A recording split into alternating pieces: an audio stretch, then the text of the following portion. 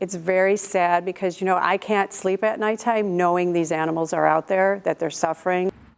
There are calls for swift change at the Niagara SPCA after former board members accused the organization of corruption and mistreatment of animals. Good evening. The shelter is accused of not giving its animals proper medical care. 7 people have resigned from the board in the last 14 months. In a story you'll see only on 7 Eyewitness News, Gilad Malamed brings us more on the allegations and the response from the SPCA. We do want to warn you, you might find some of these pictures disturbing.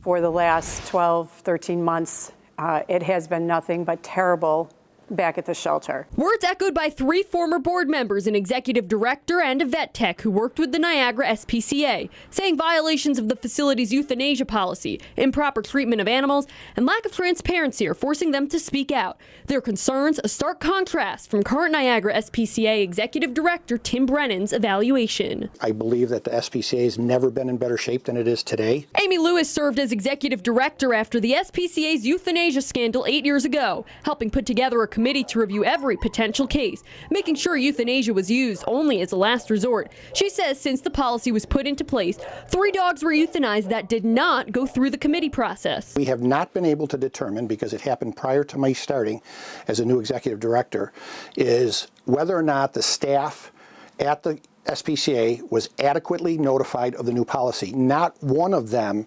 recall having that discussion with the old executive director. According to court documents, one of those dogs was euthanized in his kennel and left overnight. Occasionally you will have a dangerous dog that makes it too much of a liability or too dangerous to transfer it from the kennel to the infirmary.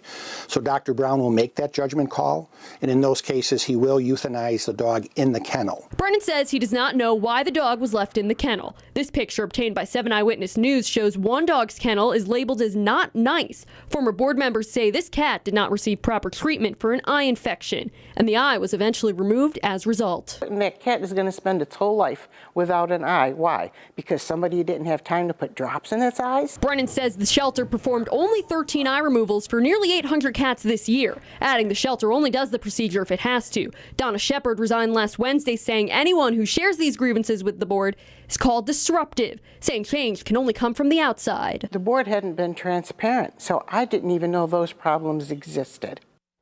Some fear this could be history repeating itself. The shelter underwent a major overhaul in 2012 over accusations it euthanized hundreds of animals in a matter of months. Moving forward, Brennan says the shelter is working on a quality assurance committee that will review all cases that are treated at the Niagara SPCA. Gilad Malamed, 7 Eyewitness News.